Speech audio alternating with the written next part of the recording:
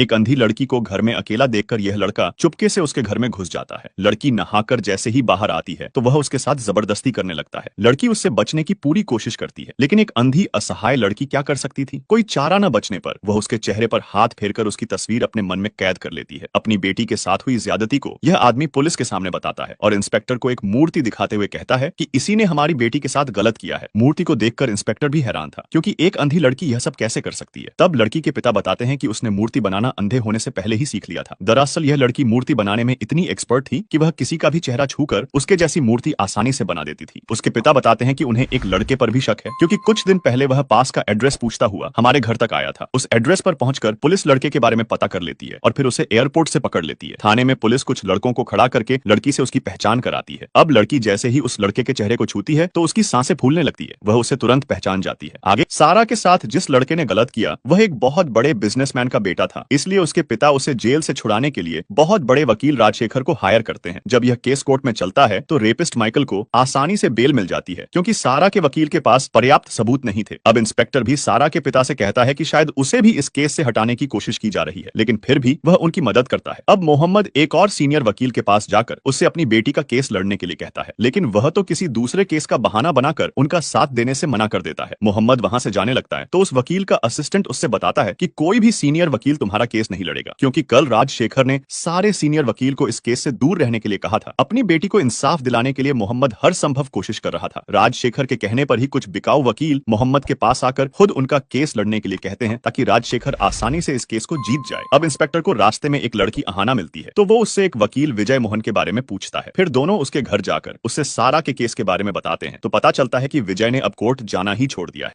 विजय के सारा का केस लड़ने से मना करने पर सारा के पिता इंस्पेक्टर और अहाना से उसके बारे में पता करते हैं, तो वो बताते हैं कि कई क्रिमिनल केस में सीनियर वकील भी उनसे एडवाइस ले चुके हैं। मोहम्मद पूछता है तो उन्होंने केस लड़ना क्यों छोड़ दिया। तब अहाना बताती है कि पहले विजय राजशेखर के ऑफिस में जूनियर वकील थे और जल्दी ही वो ट्रायल पर भी जाने लगे थे। उसी समय राजशेखर की बेटी अपने पिता के ऑफिस में जूनियर बनकर आई। कुछ समय में ही विजय और वो एक दूसरे से प्यार करने लगे। विजय एक मिडिल क्लास फैमिली से था, इसलिए राजशेखर को उनका रिश्ता पसंद नहीं आया। राजशेखर ने कोर्ट के कुछ डॉक्यूमेंट की हेरा फेरी में उसे 5 साल के लिए सस्पेंड करा दिया, जिसमें अहाना की भी नौकरी चली गई। उसके बाद राजशेखर ने अपनी बेटी की शादी सुप्रीम कोर्ट के एक लॉयर से करा दी। उस सस्पेंशन के बाद विजय को काम मिलने कम हो गए। अब जब विजय को सारा के केस के बारे में पता चला तो वो उसे भी लड़ने से मना कर देता है, क्योंकि काफी समय से वह कोर्ट नहीं गया था। लेकिन जब अहाना उसे सारा के पास लेकर जाती है तो सारा को एक उम्मीद जगती है, लेकिन विजय के मना करने के बाद भी वह हार नहीं मानती, क्योंकि उसे उम्मीद थी कि कोई तो उसे इंसाफ दिलाएगा। लेकिन वहां सारा की हालत देखकर विजय उसका केस लड़ने के लिए तैयार हो जाता है। सारा का केस जब कोर्ट में चलता है तो घर की नौकर बताती है कि उस दिन मोहम्मद और उनकी पत्नी किसी शादी में गए हुए थे और वह लोन के काम से बैंक गई थी। लेकिन जैसे ही वह वापस आई तो सारा की हालत देखकर पता चल गया था कि उसके साथ कुछ गलत हुआ है। वह सारा के पिता और उनकी पत्नी को फोन करती है, लेकिन किसी का फोन नहीं लगता, इसलिए वह जल्दी से पड़ोस के लोगों से इसके बारे में बताती है। कुछ देर बाद मोहम्मद और उसकी पत्नी भी घर आ जाते हैं। सारा की मां कोर्ट में बताती है कि ये लड़का माइकल कुछ दिन पहले एक एड्रेस पूछता हुआ उनके घर आया था, लेकिन राजशेखर इस केस को उल्टा करके सारा के पिता मोहम्मद पर ही उसके रेप का आरोप लगा देता है। ये बात सुनकर मोहम्मद बहुत ज्यादा निराश हो जाता है। आरोप सिद्ध नहीं होता, इसलिए अगली तारीख के लिए विजय सारा को केस के बारे में सब कुछ समझा देता है। वह उससे यह भी बताता है कि तुम्हारे पिता को ही इस केस में फंसाया जा रहा है। अगले दिन सारा कोर्ट में सब कुछ बता देती है कि उस दिन उसके साथ क्या हुआ था। माइकल के स्कल्पचर बनाने पर राजशेखर सारा से कहता है कि जिस लड़की के साथ ऐसा गलत काम हो रहा हो वो उसका चेहरा छूकर उसका स्कल्पचर कैसे बना सकती है। ब्लाइंड सारा का रेप केस कमजोर पड़ता जा रहा था, इसलिए उसका वकील विजय आखिरी सुनवाई पर उससे एक स्कल्पचर बनवाने की परमिशन मांगता है, ताकि जज को भी यकीन हो सके कि जो स्कल्पचर उसने रेपिस्ट माइकल का बनाया था वो सारा को इंसाफ दिलाने का एक पक्का सबूत था। जज के परमिशन देते ही राजशेखर की बेटी पूर्णिमा, जो उसकी जगह इस केस को लड़ रही थी, उसे इससे आपत्ति होती है, इसलिए वह अपनी मर्जी से स्कल्पचर वाले व्यक्ति का चुनाव चाहती है। वह जज से यह भी कहती है कि सारा के साथ कमरे में कोई तीसरा व्यक्ति मौजूद ना हो। सारा जब कमरे में होती है तो वहां कोई और नहीं बल्कि खुद माइकल का वकील राजशेखर था। सारा जब उसके चेहरे को टच कर रही थी तो वह उसके सामने कुछ आपत्तिजनक भाषा का इस्तेमाल करता है, ताकि उसका ध्यान भटकाया जा सके। उसके चेहरे को ठीक से समझने के बाद सारा उसका स्कल्पचर बनाने लगती है। स्कल्पचर बनने के बाद जैसे ही उसे जज के सामने लाया जाता है तो उसे देखकर जज भी हैरान रह जाता है, क्योंकि सारा ने हूबहू राजशेखर जैसी मूर्ति बनाई थी। जज वकील को उसके बराबर में खड़ा करके सामने बैठे लोगों को दिखाता है तो उसे देखकर सारा की फैमिली के चेहरे पर खुशी दौड़ जाती है। राजशेखर खुद भी उसे देखकर हैरान था। विजय केस जीत जाता है तो सारा उसे इंसाफ दिलाने वाले विजय को छूकर उसका धन्यवाद करती है।